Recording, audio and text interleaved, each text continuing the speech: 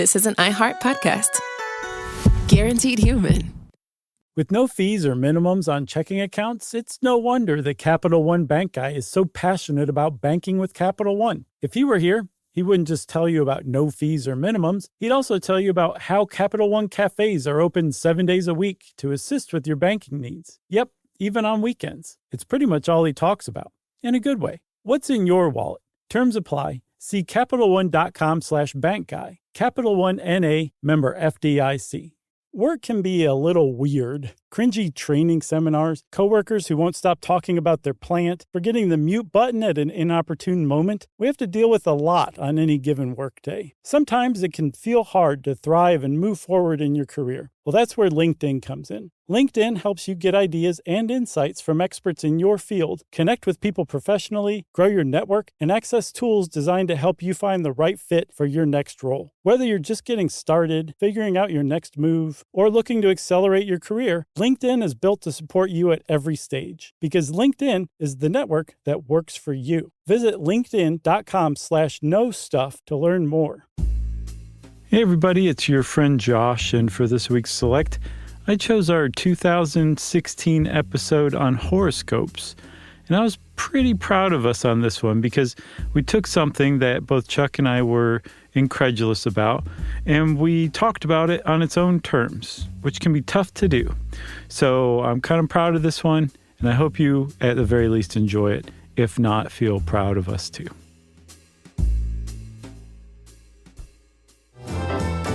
Welcome to Stuff You Should Know, a production of iHeartRadio.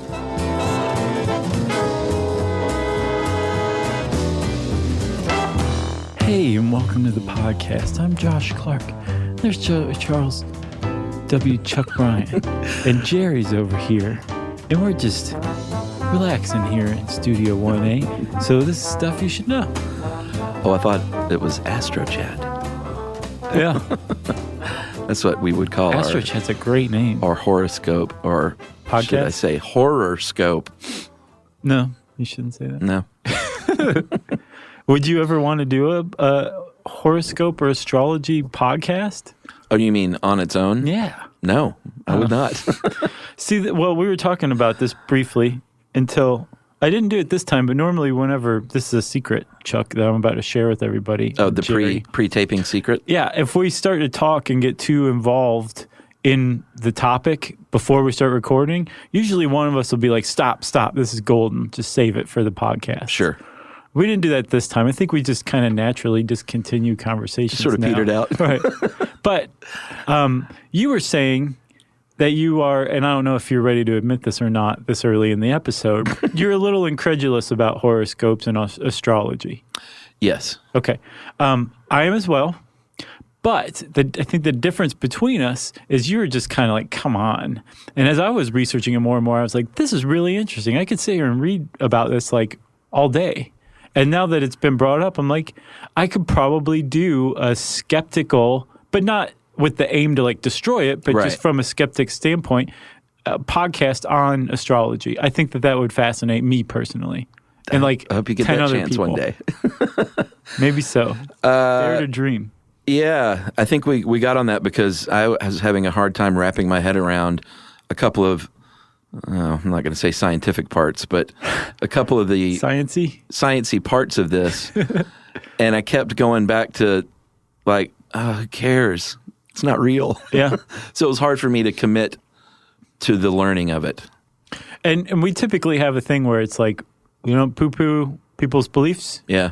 We're not really doing that here, but there have been a couple of occasions where we're just kind of like, there's just no way. One of them was crop circles. Yeah. I don't plan on poo-pooing this throughout, but I think it's good for us to state our beliefs from the get-go. All right. So that we don't mislead anybody who does believe in it. Well, I had my astrological chart done once. You did?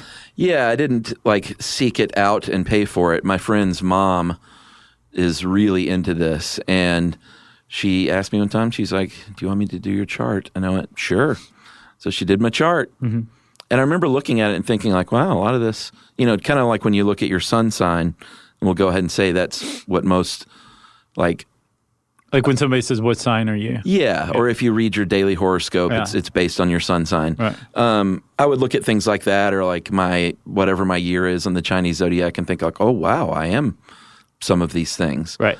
But then I'm like not about half of those things. Sure. So I just think it's interesting. But I think it's interesting as well. But Yeah. again, from a standpoint of where I don't actually believe it's effective or real, but just the thought put into it. And Ed wrote this article, The Grabster. Yeah. And he makes a really good point. He's saying, like, even if you don't believe it or not, getting your chart done is interesting in and of itself. I think so, sure. And at the very least, it's going to force you to be a little more introspective about yourself than you normally would be, because you're being presented with basically like, here's your personality according to the cosmos. And you can't help but think, well, like, am I introspective? Do I set things on fire? I think anything that can spur self-reflection is valuable in some ways. Yes, I think that's where it interests. Like I would go to a palm reader just to know what that's like. Right. But I wouldn't leave thinking like, oh boy. Right. My life is set out before me. Yeah, exactly. Yeah. You know Nancy Reagan. Well, we'll get to that. So, But spoiler, I am not Nancy Reagan.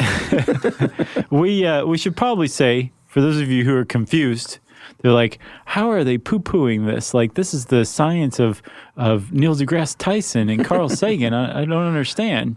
We're talking about astrology, not astronomy. Right. So astrology is basically the idea that distant objects out in the cosmos, planets, stars, constellations specifically, have an influence on our lives and events on the planet. Right.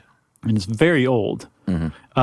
I saw it as far back as 5,000 years ago, people were starting to develop astrological systems. I saw more frequently 3,000 years ago with the Babylonians that Western astrology kind of started to develop. Yeah. Should we talk about history a little bit? Yeah. I think I finally figured out my beef with it. What? Should I hold on to that, or should we talk about history first? That's up to you, man. How do you want it to play out? Just don't forget if you hang on to it. All right. I'm going to write beef at the top of my page. You're gonna accidentally command yourself to shoot a duck later on. Okay. So It's like Memento. I'll come back to that. So history. We need to go back in the Wayback Machine. Way back. Yeah.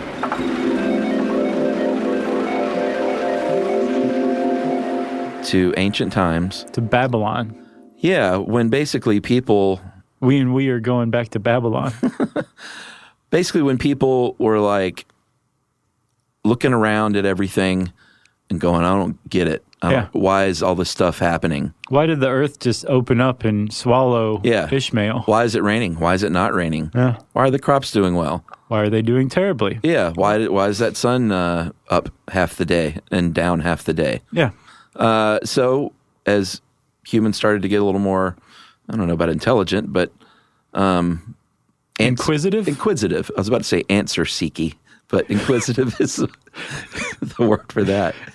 As they started to get a little more answer-seeky, they started to make things up that made them feel better about what was going on. Right. I mean, they did apply a certain measure of science to it, which is where a lot of people who believe in astrology get the idea that it's scientific in some way, shape, or form, because it does involve the movement, studying and tracking the movement of the planets and the constellations, the cosmos, right? Yeah, and Ed makes a good point. Back then, astronomy and astrology were the same thing. Right, because you took those observations, astronomy, and then you used them to predict or explain the stuff that was going on here on Earth. Right, which we now call astrology. Right. Yeah. But then, I don't even know what they called it back then.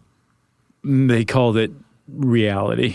Probably so. But it wasn't just the Babylonians who were doing this. Like, all over the planet, basically every culture that's ever lived had some sort of astrological system. Yeah, the Aztec and Incas and the Mayans in South America, they had a zodiac of 20 symbols, including things like earthquake and ape and rain.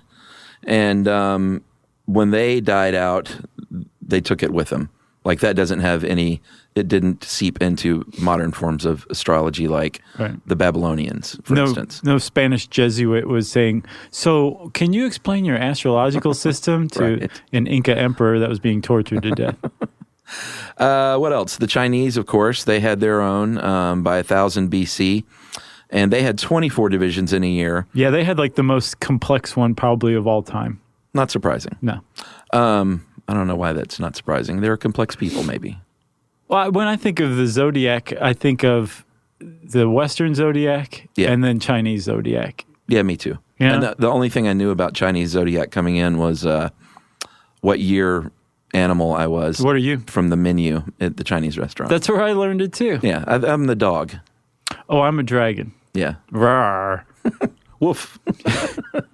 Jerry? Are you a cat? Oh, she just meowed.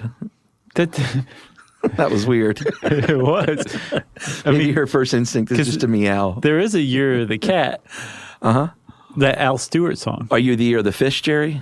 All right. What did you do? Like, Jerry said that she was the ox, year of the ox. But when she meowed. But when she's called upon to do an animal sound, she meows. I think it's cute. What if oxen meowed? Maybe an ox that was raised by cats. Sure. And it imprinted might learn to meow. I think that's what Jerry was saying. This one's getting silly. The horoscope one's getting silly? It is. Is there gas leaking in one of our vents that I don't know about? All right, so back to China. 24 divisions, 28-part lunar zodiac, and then the 12 branches that correspond to the animal. And then those animals have further subdivisions, like you could be a fire dog or a water dragon. Right. Which we'll get to that stuff in a minute, too. Yeah, and I didn't know that you could be like an elemental animal. I thought it was just straight up animal. I did not know that either. But yeah, like that's one thing about astrology. No matter what system you're looking at, there's like, oh, there's this one layer, and then let's add this other layer, and another layer, and another layer. Right. That's what fascinates me. It's just the thought that's gone into it. Sure. What about Babylon, though?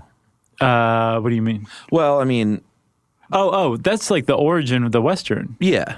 And here is where it becomes painfully obvious that astrology can't possibly be correct or real. Yeah, I know what you're about to say. So our idea of the constellations here in the West came from the ancient Babylonian people and astronomers and astrologers who looked up and they said, oh, Mars is red, so blood can be red. Yeah. So Mars is probably associated with war. Right. They just kind of just made that up. They made it up. And that is fundamentally the basis of astrology. Yeah. Stuff that was made up by the Babylonians can't possibly be true. It's just basically a fact. The other big thing is the Babylonians divided the zodiac into 12 equal parts. But according to their own stories, there were 13 constellations in the zodiac. So they just picked one and left it out. Yes. Which was Ophiuchus? I like how you said that. Ophiuchus? I don't know, man. I've never tried to say that out loud. Ophiuchus. It's like the hidden zodiac symbol. Well, not hidden. They just kind of said 12 kind of works out better. Right. So let's just leave it out. Yeah, and if the Babylonians prove anything, it's that for thousands of years, humans have always preferred things to be nice and tidy and neat. Yeah. They don't like it to be messy because if you really look at what they were trying to do, it's super messy. So, for example, if you are dividing the night sky into 12, trying to assign a month to each horoscope, you've got constellations slopping over into other zodiac signs. Sure. The actual movement of the constellations behind the sun is way less than a 30-day standard. Yeah. I think Scorpio is actually in line with the sun for about 7 days out of the year. Yeah. Whereas one of the other ones is around for like 45 days, I believe. Yeah, Virgo. I don't think we even said what that means, though. Maybe we should explain that. We should start from the beginning, shall we? Yeah. We got the history down? Yeah. Do you want to take a break first? Yeah, why not? I'll go check my horoscope and see if it says we should continue. Okay.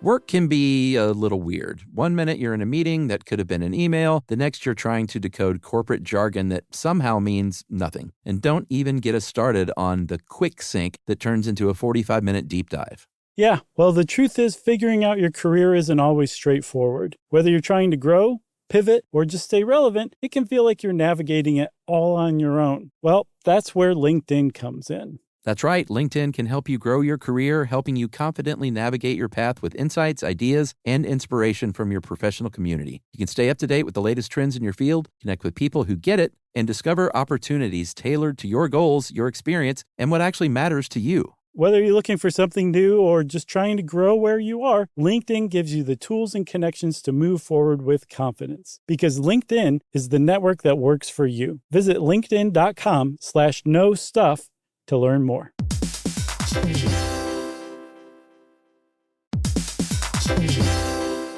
Hey everybody, we're here to talk to you about Wayfair, who believes that spaces should be functional, they should be comfortable, they should be well-designed, and they can be well-designed by you with their help. Your updated space should feel more comfortable, inviting, and practical for everyday use. And we're talking about outdoor seating. We're talking about grills. We're talking about major appliances. If you need storage solutions, Wayfair can help you out. Patio lighting, rugs, decor. It is your one-stop shop for home. Yeah, I mean, it's getting nice out, so it's time to think about living outdoors for the next few months. And Wayfair knows that outdoor furniture, it's heavy, it's intimidating to assemble. So Wayfair has stepped in and said, we're going to handle the hard part so you don't have to. That's right. You can shop Wayfair Verified, your shortcut to the good stuff. And that means their team of product specialists are going to vet everything by hand using a 10-point inspection, testing things like, quality materials, functionality, and features, and even how long it takes to build that piece of furniture. And the overall experience save time, reduce hassle, and improved convenience. Patio season is here, and these deals won't last. So head to wayfair.com right now to get your outdoor space ready for way less. That's WAYFAIR.com. Wayfair, every style, every home.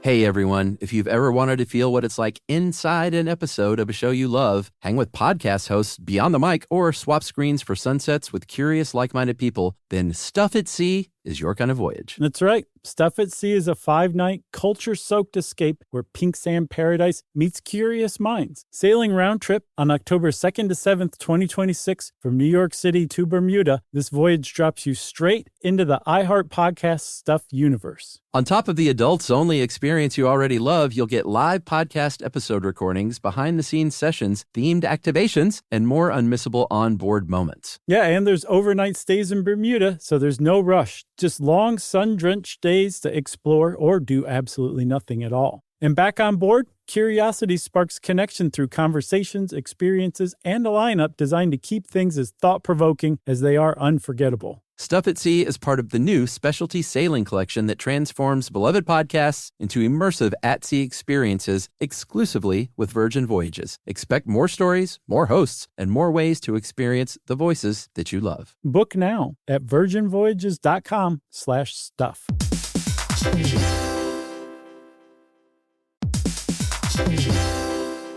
Running a business is hard enough, so why make it harder with a dozen different apps that don't talk to each other? One for sales, another for inventory, a separate one for accounting. Before you know it, you are drowning in software instead of growing your business. And this is where Odoo comes in. Odoo is the only business software you'll ever need. It's an all-in-one, fully integrated platform that handles everything: CRM, accounting, inventory, e-commerce, HR, and more. No more app overload, no more juggling logins, just one seamless system that makes work easier. And the best part, Odoo replaces multiple expensive platforms for a fraction of the cost. It's built to grow with your business, whether you're just starting out or already scaling up. Plus, it's easy to use, customizable, and designed to streamline every process. So you can focus on what really matters, which is running your business. Thousands of businesses have made the switch. So why not you? Try Odoo for free at odoo.com. That's ODOO.com.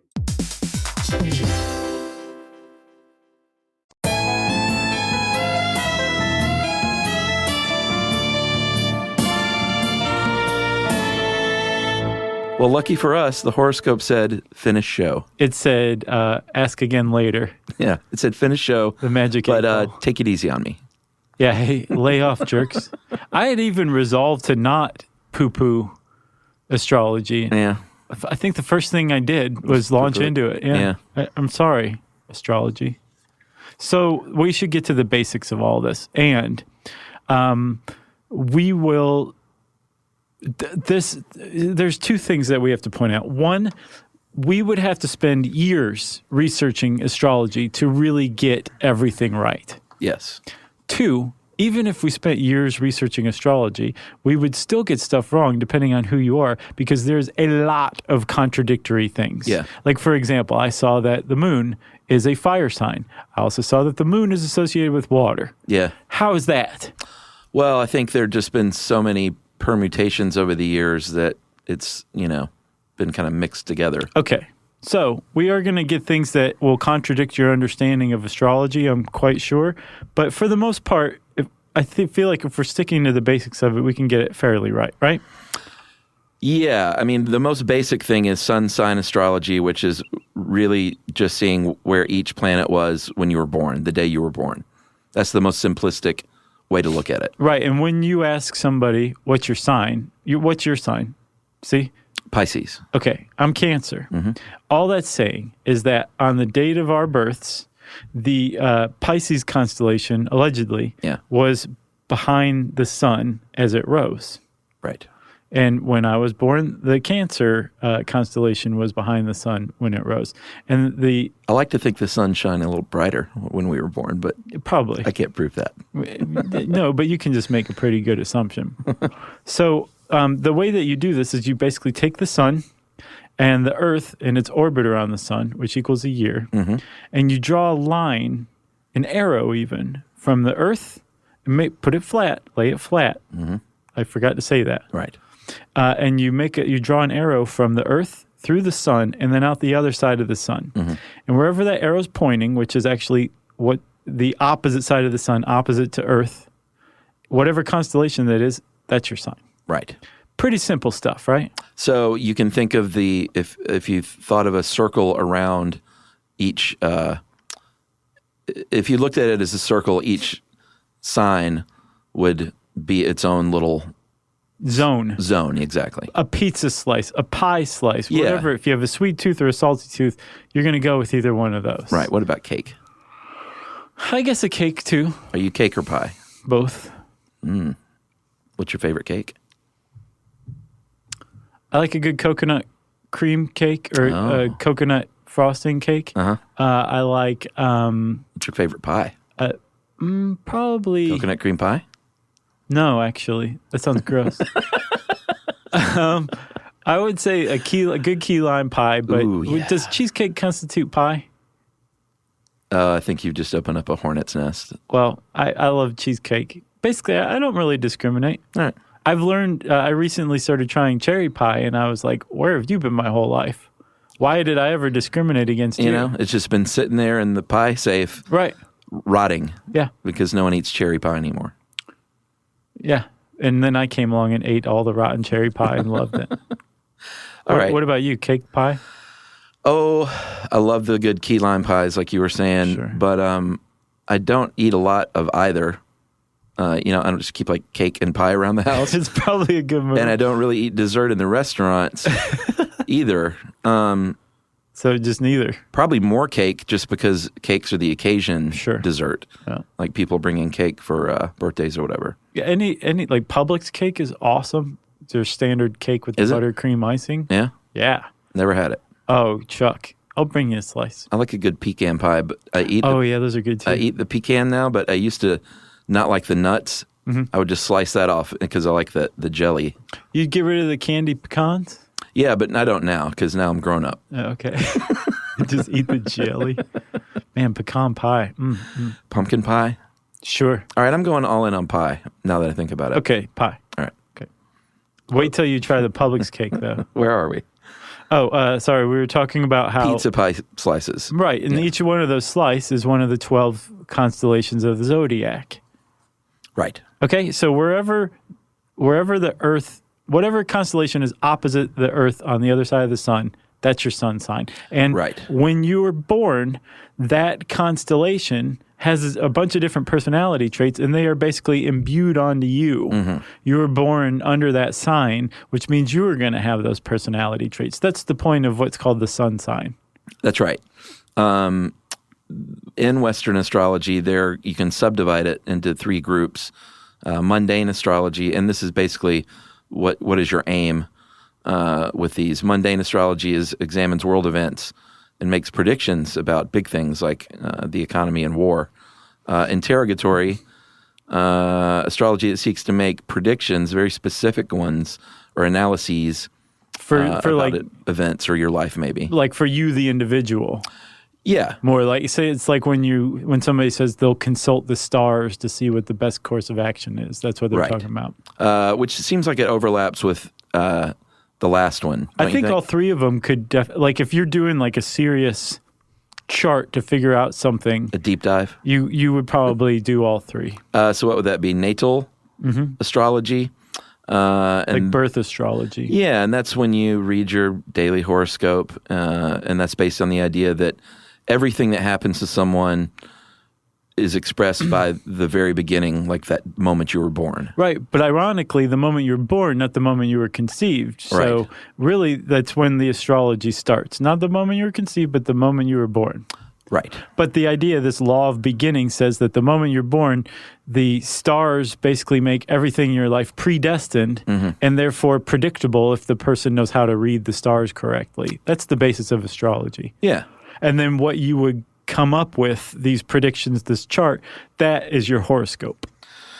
That's right. And then there are different, the signs can be subgrouped into 4 elements. You've heard of, like, I'm a water sign. You're a water sign. Sure. We're both water signs. How about that? Yeah. So fire sign, that would be Aries, Leo, Sagittarius. Enthusiasm, action, leadership, open to change. Water signs, besides Cancer and Pisces, you've got Scorpio. Emotion, sensitivity, and compassion. Earth signs, Taurus, Virgo, Capricorn. Practicality and a focus on material goals. And then air signs, Gemini, Libra, and Aquarius, signifies intellect. Right. And those are the big groupings, the elemental groupings. Right. So here we've kind of come up with another layer, right? Yeah. Like since each sign on its own has its own qualities. Like, for example, the Cancer is very domestic, imaginative, thorough, shy, interested in the past and tradition. That's me all over. Is it really? All those things? Yeah, basically. But then you lay over the water sign, right? That it's a water sign. So that adds to the emotion or the sensitivity or the compassion of it. Where it really starts to get interesting is the idea that there's a relationship between the element and the sign. And those are with the cardinal, fixed, or mutable.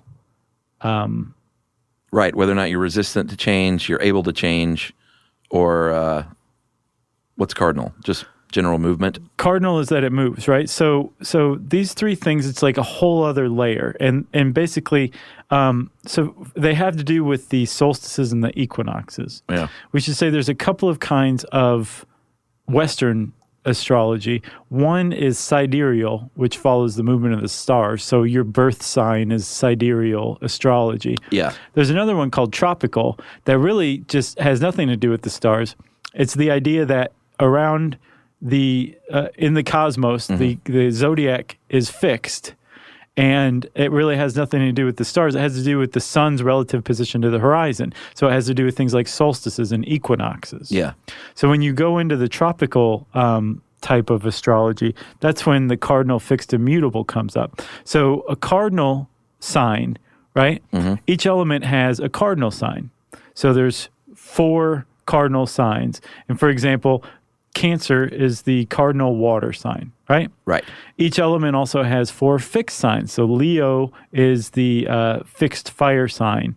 That has to do with like persistence, perseverance, resistance to change. And then lastly, mutable means you're flexible, adaptable, suggestible. And Gemini is a mutable air sign. There's 4 different mutable air signs, right? So you put them all together. And what you have is interaction between the elements and the signs themselves. Yeah. So that you have sometimes contradictory stuff. Yeah. You have things that enhance other things. But it's yet another layer. So now you have 3 layers deep of interpretations of just the signs. And it's up to an astrologer to extract however they want to read it, basically. Like Ed makes a point, you can ask 100 different astrologers to look at your chart, and they might give you 100 different readings. Yeah, because it's ultimately the astrologer's interpretation of the information that's presented by the signs, and whether they're cardinal or fixed or mutable or what element they are. Right. Well, they can also be masculine or feminine, which Ed points out is not really, can't think of it in terms of gender. It's more like the concept of yin and yang, which makes a little more sense. Yeah. But when I look at mine, Pisces, February 20 to March 20, mutable, water, feminine. Okay, so that's where I am. Emotional? Sure. Self-sacrificing? Sometimes. Adaptable? Sometimes. Empathetic? Almost always. Religious? Not anymore. Versatile? Sure. Talkative? Sometimes. Yeah, you get paid for it. Yeah, well, sometimes I'm really quiet, though. I don't want to talk. Okay. You know? Well, that goes against all astrology. Often takes on the behaviors of others. I don't know about that. Creative, I hope. Impractical? No, I'm pretty practical. So but more like half and half, maybe. Would you say half? I feel like you did. Or maybe more. Maybe 70-30. Yeah, that sounds about right. All right. But even still, I mean, that doesn't prove anything. No, of course not. But it did just get you to think about yourself. Exactly. Right? That's the whole point, right? From what I understand, that's how Ed tells it. So you've got all these different layers to just the sign that you were born under, right? Yes. But there's even deeper layers to the whole thing, right? That has to do with the movement of the constellations or the movement of the sun. And it also has to do with more than just the sign you were born under. Like when you sit down and you do an astrological chart, you're basically looking at the position of everything that's taken into account in the cosmos, rather than just where what constellation was behind the sun when you were born. Right. We're going to dive even deeper into this stuff after this message break.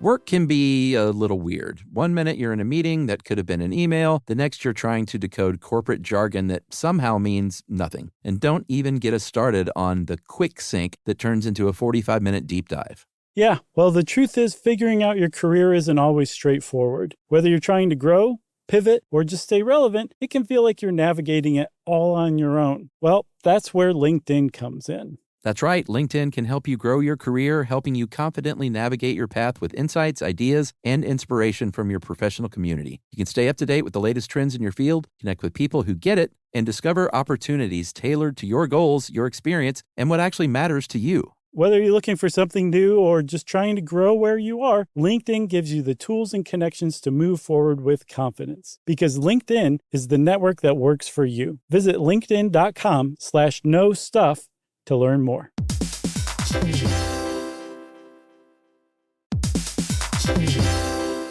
Hey everyone, if you've ever wanted to feel what it's like inside an episode of a show you love, hang with podcast hosts beyond the mic, or swap screens for sunsets with curious, like-minded people, then Stuff at Sea is your kind of voyage. That's right. Stuff at Sea is a 5-night, culture-soaked escape where pink sand paradise meets curious minds. Sailing round trip on October 2nd to 7th, 2026 from New York City to Bermuda, this voyage drops you straight into the iHeart Podcast Stuff universe. On top of the adults-only experience you already love, you'll get live podcast episode recordings, behind-the-scenes sessions, themed activations, and more unmissable on-board moments. Yeah, and there's overnight stays in Bermuda, so there's no rush. Just long, sun-drenched days to explore or do absolutely nothing at all. And back on board, curiosity sparks connection through conversations, experiences, and a lineup designed to keep things as thought-provoking as they are unforgettable. Stuff at Sea is part of the new specialty sailing collection that transforms beloved podcasts into immersive at-sea experiences exclusively with Virgin Voyages. Expect more stories, more hosts, and more ways to experience the voices that you love. Book now at virginvoyages.com/stuff.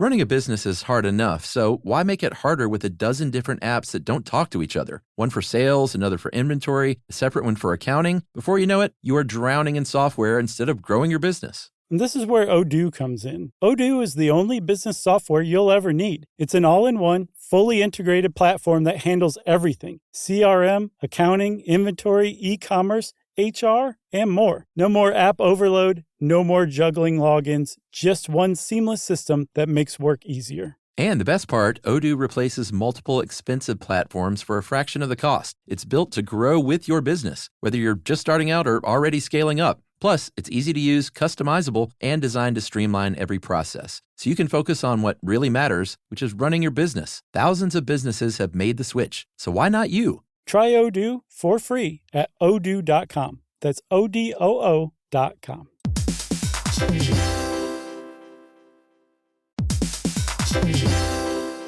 Hey everybody, I want to talk to you a little bit about Tide Evo because it represents over 10 years of innovation and product development. Tide Evo is a first of its kind technology where tens of thousands of minuscule fibers are spun together to form a 6 times powerful layer packed with scrubbers, brighteners, pre-treaters, and fresheners. And that's going to deliver a breakthrough clean that's so powerful, it feels like magic. Yeah, it is kind of like magic. Tide Evo is revolutionary. A 100% concentrated, waterless laundry tile that's made of compressed microfiber soap layers rather than liquid or powder. And it's not like pods or sheets because it uses 6 layers of detergent fibers to deliver superior cold water cleaning without plastic packaging of any kind. And it provides a mess-free, lightweight solution that dissolves lickety-split. So whenever you run into a laundry challenge, turn to Tide Evo. It's revolutionary, it's magic. Try new Tide Evo. Real laundry magic.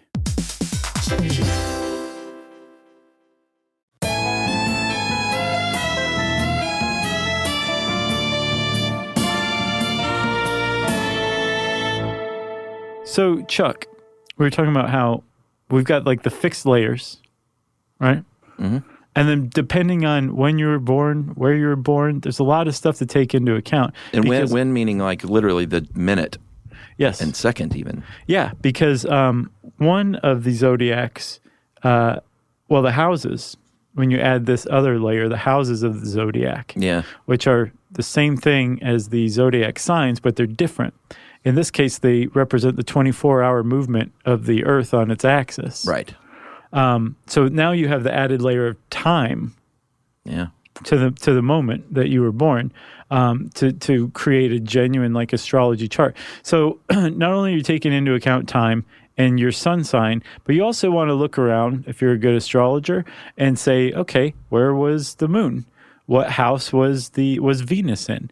And you start to basically go through and find the position of every planet, including the sun and the moon. Yeah.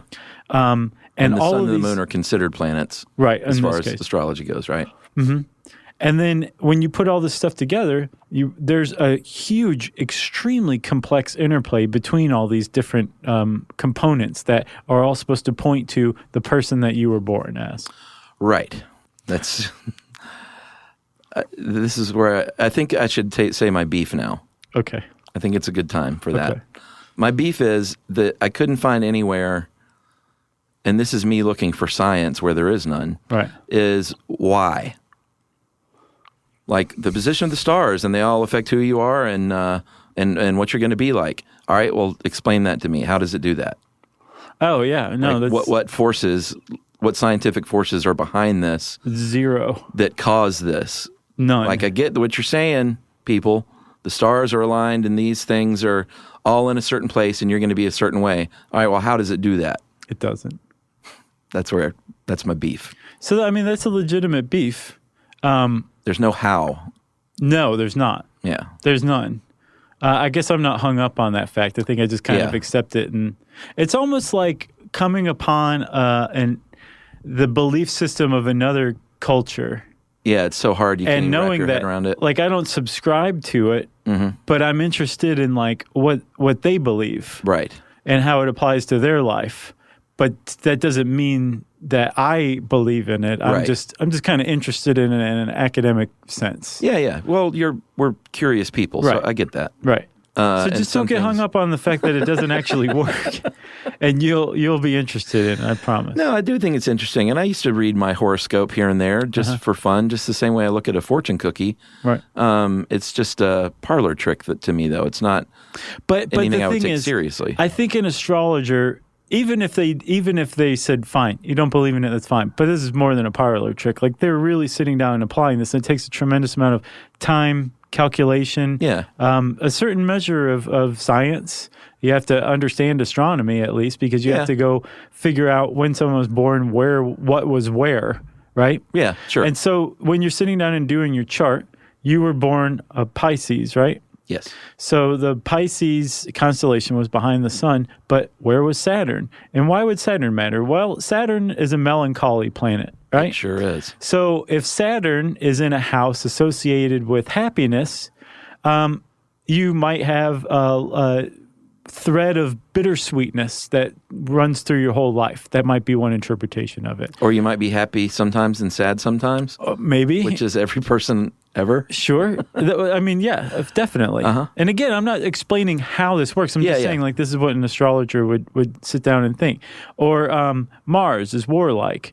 Well, if Mars was in, I don't know, a house associated with aggressiveness, you might get into fights your whole life, according to this astrology chart. So that's just each planet, right? Right. Let's say that you have Mars in an aggressive house, and you have Saturn in a happy house. How do those interact with each other? How does that getting in fights all the time interact with the bittersweetness that runs through your life? And that's open to interpretation as well. And that's where the astrologer, I think I was saying astrologist earlier. Is that even a word? I think so. Okay. It seems like I've heard that before. Well, at any rate, that's where they come into play Yes. with their varying interpretations. But not just the interpretations. They're actually going to sit down and figure out what was where, what that means according to the astrological tradition. Right. And then the third step is for them to interpret it for you. Right. You know what I mean? Yeah. So, I mean, there is a tremendous amount of work to it, from what I can tell, for a genuine astrological chart. Your friend's mom hooked you up when you were a kid. Yeah, I mean, she didn't dash it off in 5 minutes, I'll tell you that. Yeah. There was math involved. And angles and stuff. So the main thing you're getting if you're looking at like a newspaper, or if you're signed up for some sort of internet daily horoscope, is it's usually some sort of personality profile, advice on your life, maybe some sort of map for finances you might want to think about, investing soon. That's where people probably get in trouble. Yeah. But it's pretty much personal advice stuff, not so much long-term future type of thing. Not like predicting your future necessarily. Well, they do to the extent of like, you'll have a so-so day today. Yeah. Today will be rather unremarkable. Yeah, or like a lot of times it can be, I think it's like, today might be a good day to reach out to an old friend. And if you follow that advice, then that's great, because your old friend probably would want to hear from you. And then you have lunch with that friend and it goes great. And you might say, well, see there? My horoscope said to reach out to an old friend, and it went awesome. Or if it went really horribly, you'd be like, why are you punishing me, stars? Yeah, or what if you get killed on the way to the lunch? Like, sure. You don't hear those stories. No, but that's the great thing about astrology. It removes personal responsibility from your decisions. That's funny. And I should say also, I want to like, there are even more layers to the whole thing than what I said. Sure. I hope we kind of got the point across that there's layer upon layer upon layer, and they all interact with one another. But I mean, like a good astrologer will take into account like whether a planet was in retrograde and what that means when you were born, or if it's in retrograde right now. There's just so much to it. I think that's what fascinates me. Well, Ed makes a good point. If this is a true science, then it should pass the muster of repeatable testing, Right. which of course it doesn't. No. No, it really, really doesn't. But some other people might say, you know what, it's beyond science. You shouldn't try and quantify it in terms of science. This is something that you can't even understand it, Right. bro. Your puny science cannot explain this. Yeah, it human. exists outside that realm to something that we don't know and understand. And hey, I'm a science guy, but I'm not foolish enough to think there isn't anything out there that I maybe don't know about or we can't I prove. think that's very healthy. You know? My hat is off to you. You're a 40-ian and you don't even know it. Seriously, that's like, to me, that's the pinnacle of what a thinking person can aspire to. Well, I think that's when you stop looking, when you think that we've got it all figured out. Right. You know? Yeah. Especially when you aggressively attack other people who say otherwise. Well, yeah. If this conversation is floating your boat, go listen to the Enlightenment episode. That was good. Oh, that was a good one. Had a lot to do with that. They have done studies, though, on the viability of astrology as far as, do divorce rates, are they compatible or do they comply with or correlate with the compatibility of two people, astrologically speaking? Yeah. They don't. Yeah, so, there's supposedly interaction amongst the signs where, Virgos don't get along with Capricorns or something like that. Yeah. And that doesn't hold up through scientific study. No. And if you cherry pick examples in your life, of course you might think it does. Well, yeah, that's why a lot of people are like, astrology's right. It's a selection bias is what you're encountering. You're ignoring the stuff that disproves it or that suggests that it's not true, and instead just focusing on the amazing facts where it lines up. Right. Right. That's a selection bias, correct? I think so. I need to know more about all the different biases. It's interesting. We should say another thing that kind of suggests that astrology is not accurate. The zodiac signs are no longer where they're supposed to be. Yeah. If you're going by your birth date, for example, I was born July 15th, so I would be a Cancer. If you actually follow the constellations, I'm a Gemini. Oh, really? Never knew that. So Geminis are concerned with information, highly literate, curious, adaptable, absent-minded, love to travel. Whoa. I am a Gemini. Wow. So the reason why is because when astrology was first created, the Earth, the constellations were lined up with where they were originally. Right. As the Earth rotates on its axis, it wobbles. Yeah, precession. And over the last couple of thousand years, it's wobbled so that those constellations are no longer where they were when they set them 3,000 years ago. Right. So today we have totally different signs. Oh, what would mine be? Can we figure that out? So you were born on the Ides of March. You're still a Pisces, man. I'm sorry. Oh, no, I love it. I am now a Gemini because it got moved. So let's go through, because I think a lot of people don't know this, and NASA blogged about it a couple of years ago and really caused a stir. Is Jerry still a cat ox? Jerry's birthday's April something, right? Jerry's birthday is... What's your birthday? Your birthday's Valentine's Day? I didn't know that. Jerry just said her birthday is February 14th because we have to edit out any Jerry talk, right? Jerry, what are you supposed to be normally? You are a Capricorn. You are January 20th to February 16th. As far as NASA is concerned, you're a Capricorn. So it starts, and we should say, well, I don't think we said this, but the zodiac officially in the West starts with Aries and moves on. Yes. So starting with Capricorn, because NASA's like, no, we're going to start with the beginning of the year. Capricorn, January 20th to February 16th. Okay. Aquarius is now February 16th to March 11th. And you'll notice these aren't necessarily 30-day Yeah, I was periods. so close. Yeah, you were. Pisces, March 11th to April 18th. Aries, April 18th to May 13th. Mm-hmm. Taurus, May 13th to June 21st. That's a long one. Gemini, June 21st to July 20th. That's me now. Cancer, July 20th to August 10th. Oh, I used to be a Cancer. Leo, August 10th to September 16th. Virgo, September 16th to October 30th. Libra, October 30th to November 23rd. Scorpio, November 23rd to 29th. That's 6 days. You got 6 days to be a Scorpio. Wow. It's kind of neat. Ophiuchus. Yeah, the long forgotten. November 29th to December 17th. Wow. Isn't that crazy? There's people out there who don't even know that they're that sign. Yeah, or how to pronounce it. Right. No one does. No one alive knows how to pronounce that. And then Sagittarius, December 17th to January 20th. Wow. I don't even know anything anymore. No one does, Chuck. I think this is fascinating stuff, though. I've been thinking a lot lately about what does shape your personality and what you become in life as far as nature and nurture, and some people might throw this in there. I think we should totally do a podcast on birth order. Oh, yeah, that's a good one. Super fascinating to me. Or whether hearing your name or the vibrations caused by saying your own name throughout your life has an effect on your personality. What? You heard that one? No. Yeah, supposedly the vibrations or the frequency made from hearing and saying your own name throughout your life makes your personality a certain way. Weird. Yeah. I mean, it's probably not true, but it's interesting.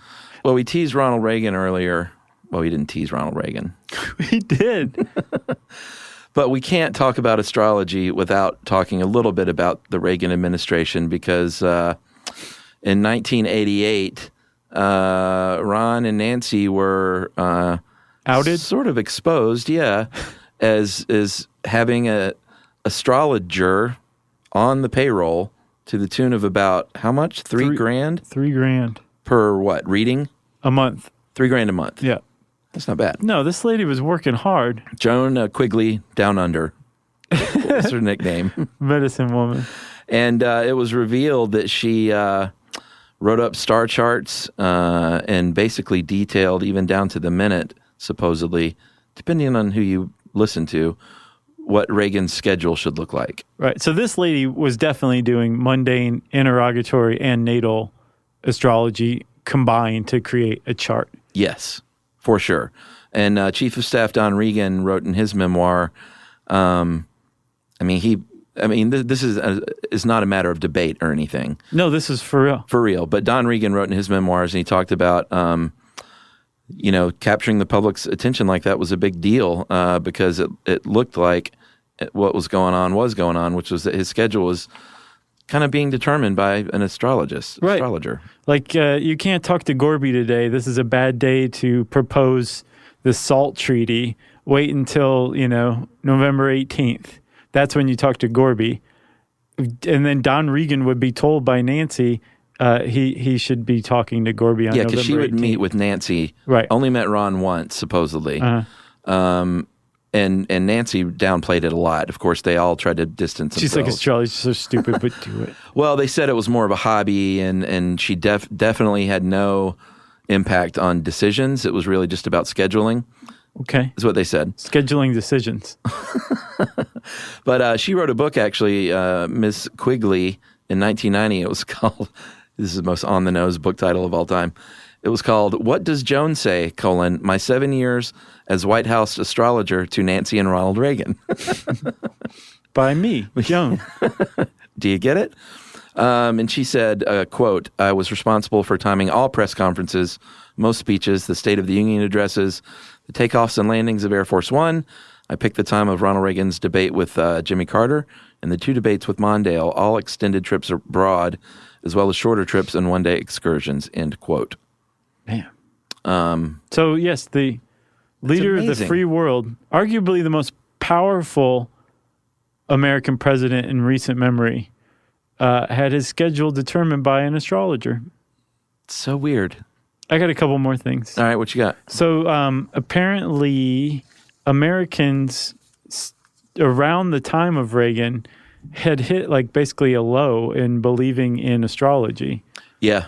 They did a poll after that news came out, and they found that American belief overall in astrology was at 12%, which was down from, this is in 88, which is down from 29% 10 years before in 1970. Yeah, which makes total sense, like coming off of the the hippie age and the goofy 70s. Right, like what's your sign? Into the very like kind of cynical late 80s. Sure. It aligns perfectly. Right. Like the stars. Somebody forgot to send Nancy and Ron that memo. So in 2004, another poll found that it had gone back up to 29%. Yeah, no idea why. And then another poll I saw that asked something different rather than do you believe in astrology? It asked, would you say that astrology is, quote, not at all scientific? In 2004, 66% of Americans said that. In 2012... That it was not scientific? Not scientific. Okay. So basically, they don't believe in astrology, right. 66%. And then in 2012, 55% said that. Huh. So apparently, belief in astrology is still on the increase. Interesting. Even more interesting, in China, 92% of the public says they don't believe in astrology. Oh, wow. Compared to about 45% here. And then lastly, I have one more story. You ready? Yeah. And there's actually a blog post you can go read called The Genius Mural at St. John's. Okay? By you? Yeah. It's from years back. But I just came across this story. It's amazing. There's this place called St. John's Anglican Church. It's in Lunenburg, Nova Scotia. Okay. And it was built in 1754, and it was built with a mural on the ceiling of the night sky with gilded stars. Lovely. And they were remodeling the church, and they wanted to redo the mural, right? Mm-hmm. Recreate it exactly as it had been. But they realized they didn't have any dead-on photographs of it, so they had to kind of like figure out what to do. Right. So they hired an astronomer, and he started poking around into it.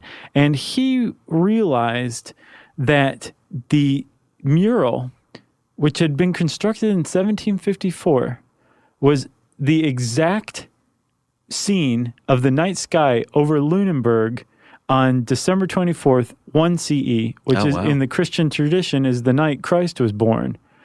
Somebody in 1754 accurately calculated what the sky had looked like 1,754 years before on December 24th and turned it into a mural. Isn't that amazing? Amazing. I love that story. Pretty cool. Yeah. So that's astrology. And what's the name of that story? The Genius Mural at St. John's. Nice.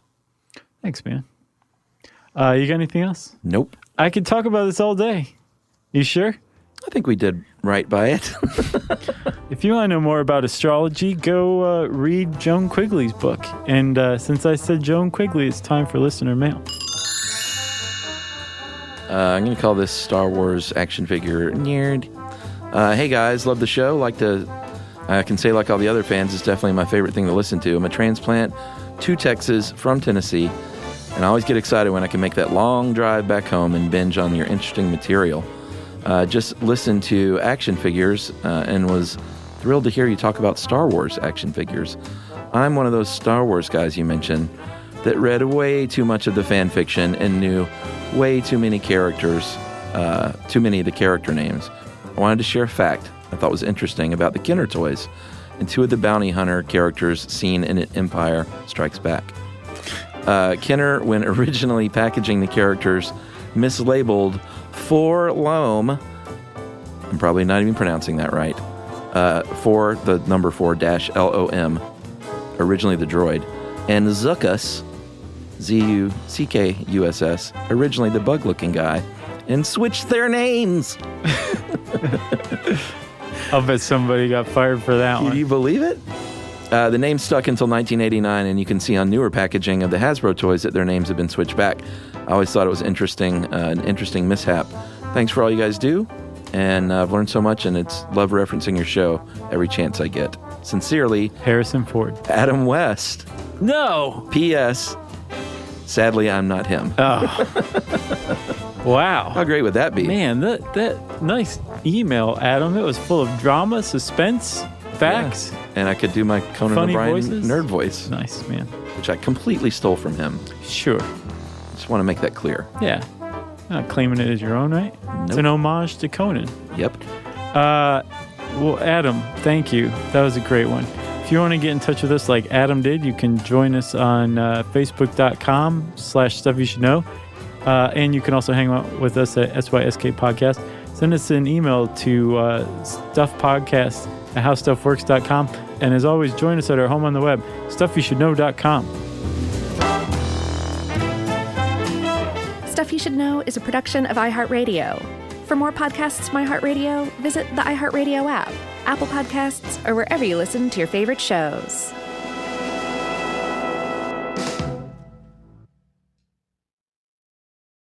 You know, you could be adored by everyone and still completely ignored by your cat. Trust me, I know. But if you feed your cat Sheba, you can go from being ignored to truly adored in 12 days, guaranteed, or your money back. Sheba has a full menu of products, appetizers, entrees, treats, even a kitten's menu. It's so cute, so Sheba has a product for even the pickiest eater. Like Sheba Puree, it's made with bone broth, their chef-inspired flavors. It's got a smooth and creamy texture that cats love and contains no corn, wheat, soy, or artificial flavors. It's food that your cat's gonna love. To learn more, check out Sheba.com. That's SHEBA.com. Introducing the all-new Mazda CX-5, featuring more connection. Hey Google, where's the nearest Pilates class? Safety that has your back. More discovery on the scenic routes. More passion in the details. And more control in changing weather. The all-new Mazda CX-5. More to move every side of you. See it in 5 films at MazdaUSA.com/5sides. Google is a trademark of Google LLC. Sequences shortened and simulated. Making sense of the news is a full-time job, but it doesn't have to be yours. Not when the Guardian's new podcast, Stateside with Kai and Carter, does it for you. 3 times a week, journalists Kai Wright and Carter Sherman cut right to it, asking what's actually happening and why does it matter. Drawing on the Guardian's reporting, they provide perspectives on everything from sports to fashion and deliver it with clarity and context. Listen to Stateside with Kai and Carter, wherever you get podcasts or watch on YouTube. Mom, can I have Lingo Kids? Dad, Lingo Kids, please! When did we become the Lingo Kids house? No idea. Last week it was dinosaurs. This week it's... Lingo Kids! Why Lingo Kids? Because it's the best thing ever. We can play games with astronauts, wild animals, and superheroes. With more than 4,000 interactive games, songs, and shows, Lingo Kids is the #1 entertainment platform for young kids. So, no dinosaurs? And dinosaurs! Lingo Kids! Everything kids love. Download it for free. This is an iHeart podcast. Guaranteed human.